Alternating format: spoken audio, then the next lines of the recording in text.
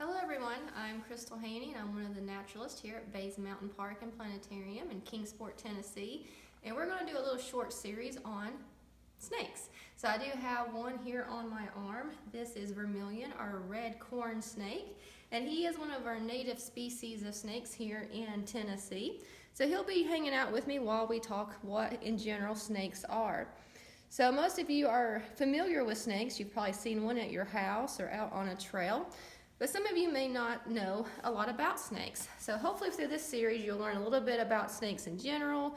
We'll talk some more about venomous snakes versus non-venomous snakes, and then how to respect them, coexist with them, and also their importance. So the first topic we'll talk about are what snakes are in general. So most of you know that snakes are in the Animalia kingdom, but there are different groups. There's mammals, birds, fish, amphibians, and reptiles. Now, of course, we know snakes are not mammals, birds, or fish, but some of you may not be aware whether they are amphibians or reptiles.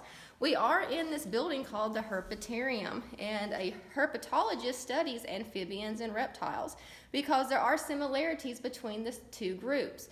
Now, amphibians are consisted of toads, frogs, and salamanders. Snakes would what would be considered a reptile. Other reptiles are turtles, lizards, crocodiles, and alligators. So some similarities between snakes and amphibians are they are ectotherms or ectothermic, which means they're cold-blooded. Unlike us that are endothermic or warm-blooded, that means we make our own body temperature, we regulate our own body heat. A cold-blooded animal cannot do that. So they rely on the ambient temperature around them for their body temperature. So on a really hot day, they're going to be pretty warm, but on those cold winter days, they would be pretty cold. So of course we don't see them during those times. They do hibernate to escape those cold temperatures and to keep their bodies a little bit warmer. So they are starting to emerge right now. We'll probably see some more of these reptiles and amphibians as the days are getting a little bit warmer. So just remember they are cold-blooded or ectotherms. Another similarity between the two groups is they are egg layers. So that's how they reproduce, is by laying eggs. Now, of course, they are different groups because of differences amongst them as well. Reptiles, even though they lay their eggs on the land. When they hatch, they're just miniature versions of themselves. They don't look any different. They don't have to form any appendages or lose any appendages. Unlike amphibians, the toads and frogs and salamanders, they lay their eggs in the water because when they are born, they are aquatic life forms.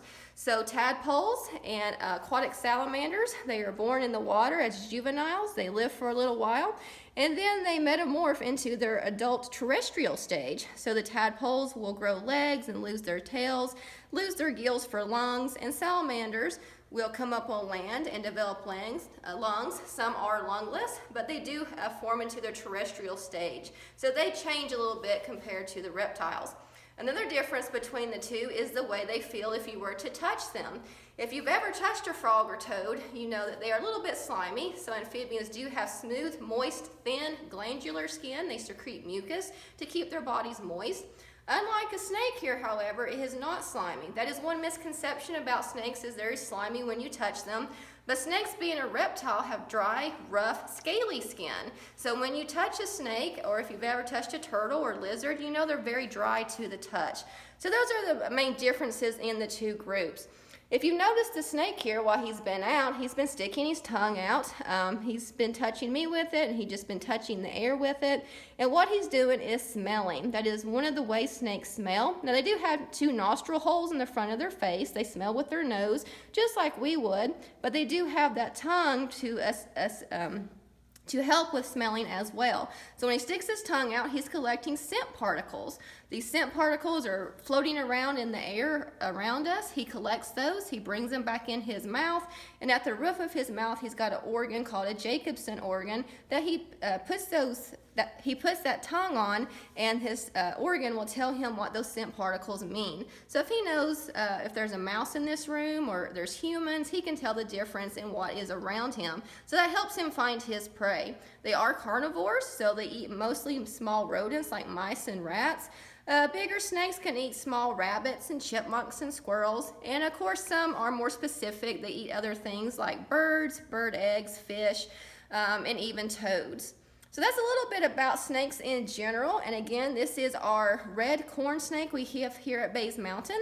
And hopefully you guys will be able to come up and see him sometime when we are able to open again and let you all come in and see the snakes and reptiles. But I hope you enjoyed this little series, and we'll be back with another one another time. Thank you.